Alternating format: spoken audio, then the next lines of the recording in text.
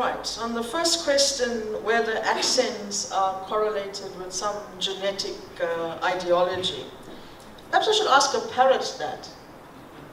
The one that responds when I say, hello, and it responds, hello. So I think the way in which we develop the mannerism and tonation at which we speak is based on the learning activity. I remember I was giving a talk, one of the first talks I gave when I was a postdoc in the States. The word A-L-B-E-I-T, A-L-B-E-I-T. I always, because the first time I heard it, the person who used it from the school setup said, albeit. That's how I knew the word. And I used that because I really liked the word, you know, when you, it's like upbeat. And I gave this talk, and later an American colleague came to me and she said, I really enjoyed your talk, particularly the way in which you said, albeit. And I went, my goodness, I was so embarrassed, you know, like here you are, and you're trying to talk about science, and not even a science word. And that always comes back because these days I try to use it and I emphasize the albeit. So I was educated in a public school system. I grew up in Durban.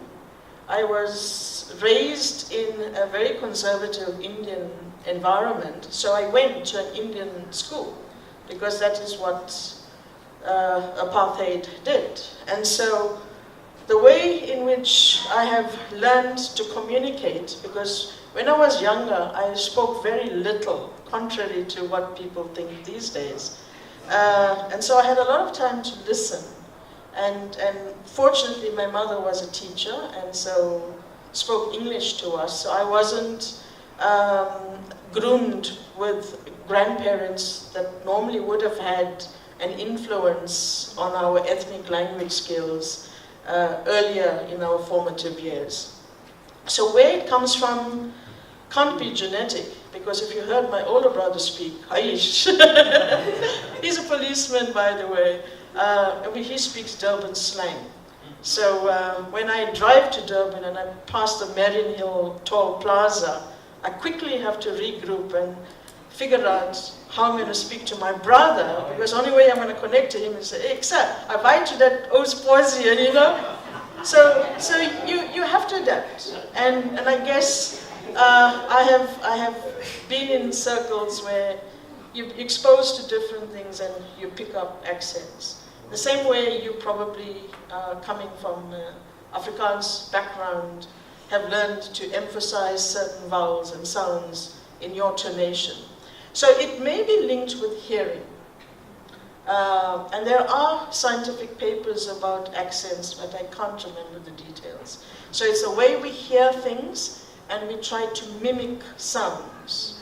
And the way in which we speak is an evolutionary process associated with the architecture and a group of genes, for example, the FOXP2 gene, that's different in chimpanzees and from humans at one single mutation base.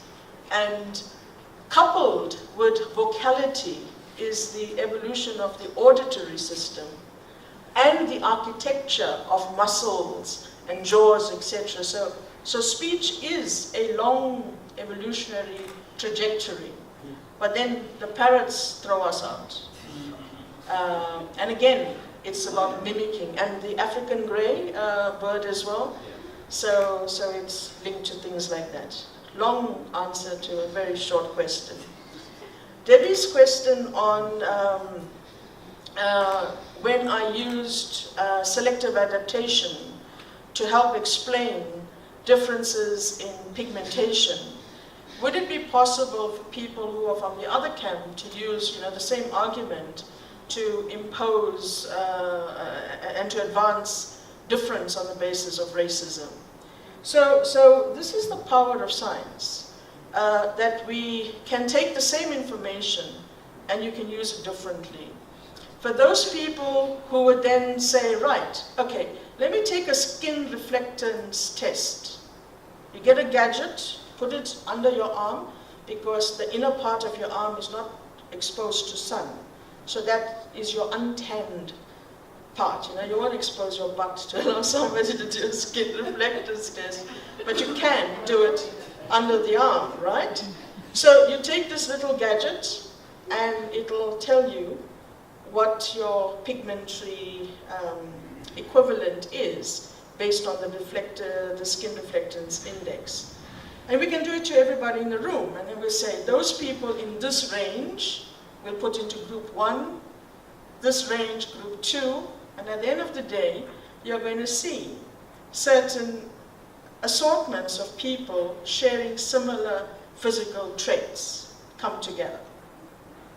It is because those people have concomitantly acquired adaptive traits in their ancestral past that's similar. So yes, you could use that same information where on the one hand you say, this is why people who had to move into different geographic environments over time acquired certain traits. And when they come back into a common locale, like South Africa, for example, from various inputs, you're going to share certain common heritable traits that have been used in the past for anthropometric measurements and phenotypes and classification. So you're quite right. But it's like how you build the arguments further. And it's not always easy because not everybody has been exposed to the same arguments. Now, the one thing that I would also use in defense is to say, we on the one hand, even as a scientist, we debunk the existence of race and commonality.